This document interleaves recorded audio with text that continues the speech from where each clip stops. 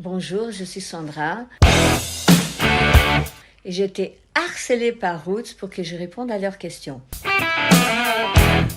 Je n'ai pas pu résister.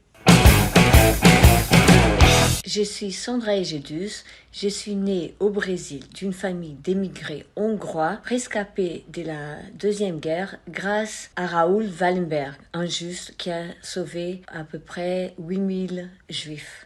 La mémoire juive a été toujours fondamentale dans la construction de ce que je suis. Maintenant, après le 7 octobre, mon engagement est devenu beaucoup plus public.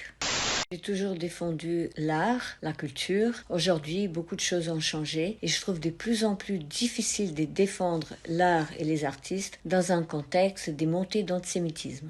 Avant le 7 octobre, avant la guerre, j'étais beaucoup plus naïve.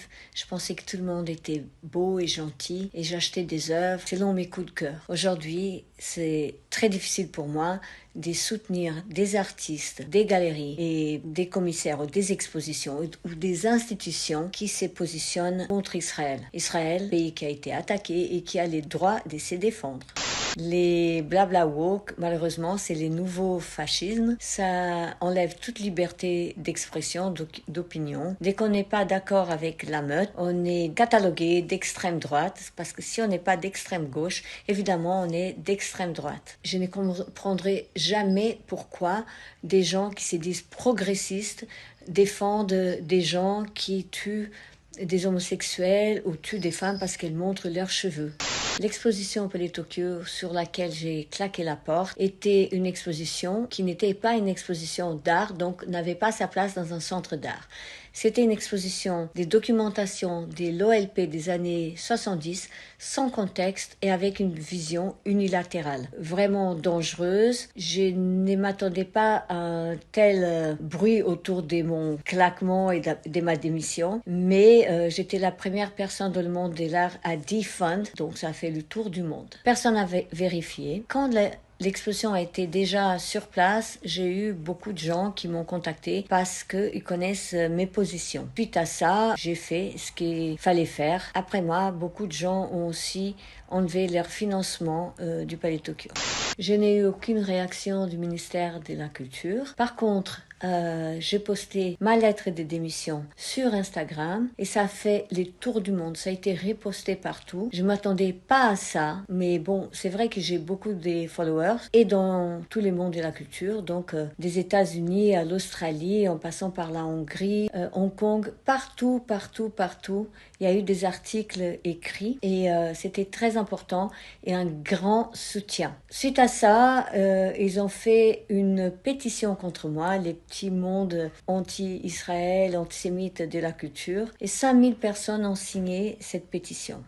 Après ces clashs, oui, j'ai perdu, on va dire, 80% de mon carnet d'adresses, mais j'ai gagné tellement d'amour et tellement de soutien des miens. Et on s'est serré et ma vie a complètement changé.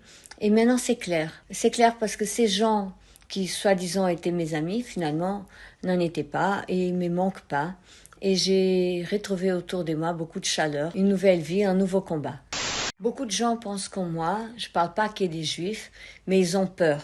Ils ont peur d'être cancel. Il y a des musiciens qui ont eu des concerts annulés, il y a des films qui ont été déprogrammés, il y a des livres qui on peut pas faire des signatures dans les librairies. C'est une guerre tous les jours, et on doit se battre pour ces territoires perdus, on doit les regagner. C'est une bataille de tous les jours et moins les gens sont silencieux, moins seuls ceux comme nous qui ne sont pas silencieux, ça nous renforce et on est plus forts ensemble.